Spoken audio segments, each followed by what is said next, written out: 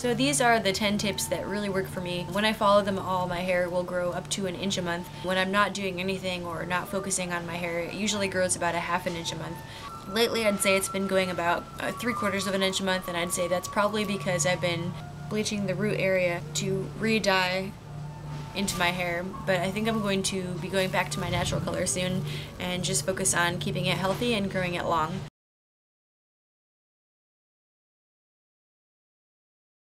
Tip number 1 to increasing your hair growth is definitely nutrition.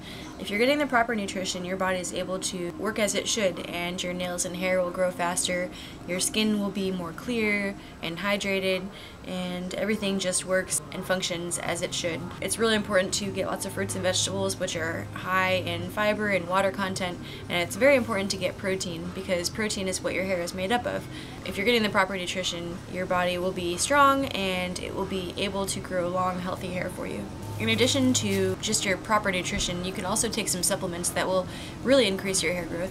The ones that have worked for me are fish oil, which has omega-3s, and those are healthy fats that help your everything. Helps your entire body, your brain, your nails, your hair, just very, very good for you.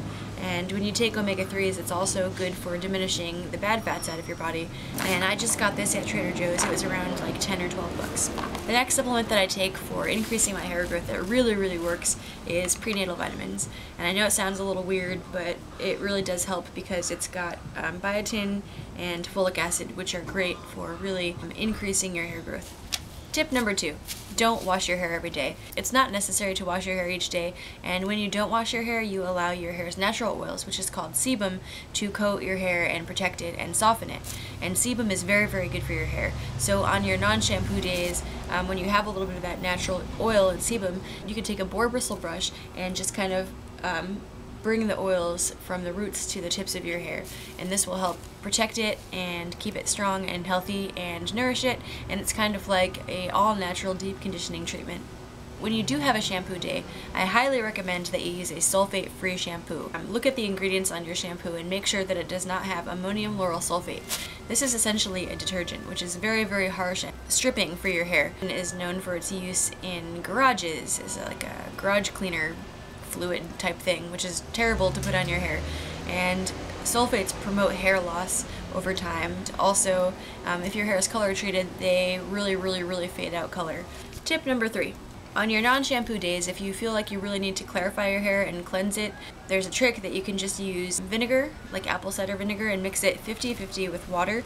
I put mine in just a little squirt bottle that I keep in the shower, and so when I take a shower on a non-shampoo day, I will just get my hair wet, spray in the vinegar and water mixture, and then just leave it on for like 2 to 5 minutes, depending on how much my hair needs to be cleansed. If I used a lot of products the day before, I will leave the vinegar and water mixture on a little bit longer so it has the chance to really get it all out. Also, the vinegar is great for making your hair really shiny and healthy. Tip number 4. When your hair is wet and you need to detangle it, always use a wide tooth comb. Don't use a brush on your hair until it's at least 70% dry.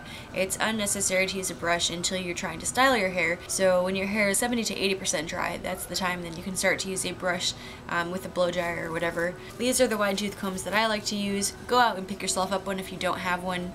This is the best thing on your hair. It's very gentle, it doesn't pull hair out.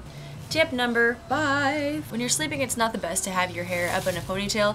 That promotes breakage just around where the band is in your hair. I've noticed myself, I've got hairs that kind of are about like yay long, where they broke where the band was, and that's not good. So if you want to prevent hair breakage, I think the best way to do that is by putting your hair in braids. Tip number 6. Make sure that you trim your hair frequently.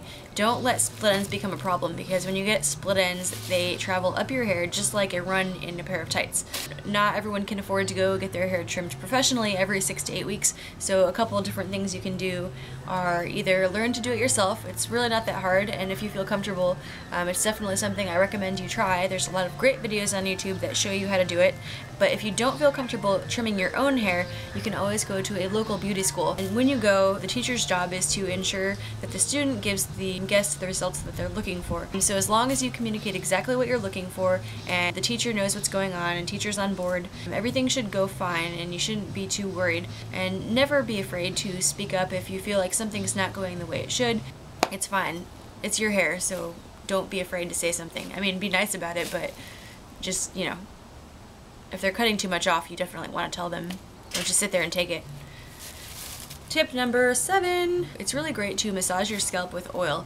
This gets the blood flowing to your scalp and that promotes your hair to grow faster. And the best oil to use is either sebum, which is your natural oil on a non-shampoo day, or jojoba, which is the closest thing there is to sebum. So jojoba is great and natural oil is great, but if you don't have either of those, castor oil is good, almond oil, coconut oil, olive oil, any kind of oil. And what you could do is massage it into your scalp the day before you're planning on shampooing, and then when you go to bed just braid your hair and then sleep with the oil in your scalp, and that will really strengthen and coat and protect your hair and moisturize it. Tip number 8. It's great to use hair masks. They're really beneficial to kind of balance your hair and give your hair whatever it needs, whether it be moisture or protein. There's a lot of great recipes out there on YouTube, or you can just look on Google recipes for homemade hair masks, but there are also some masks you could find at the drugstore. If your hair is really damaged, I'd recommend doing a mask once a week. If it's okay, then maybe every 2 weeks. And then if your hair is pretty healthy, then you can do a mask maybe once a month. When I was really trying to get my hair to grow, I did a mask every 2 weeks, and that really helped and made my hair so shiny and look healthy. Tip number 9, make friends with heat-free styling. That means learn how to style your hair without the use of a hair dryer, flat iron, curling iron, all that stuff. They make your hair more vulnerable, they reduce the strength of your hair, they take out moisture, they just promote breakage and make your hair more brittle and dry. And dry hair and brittle hair is not hair that's going to really want to grow.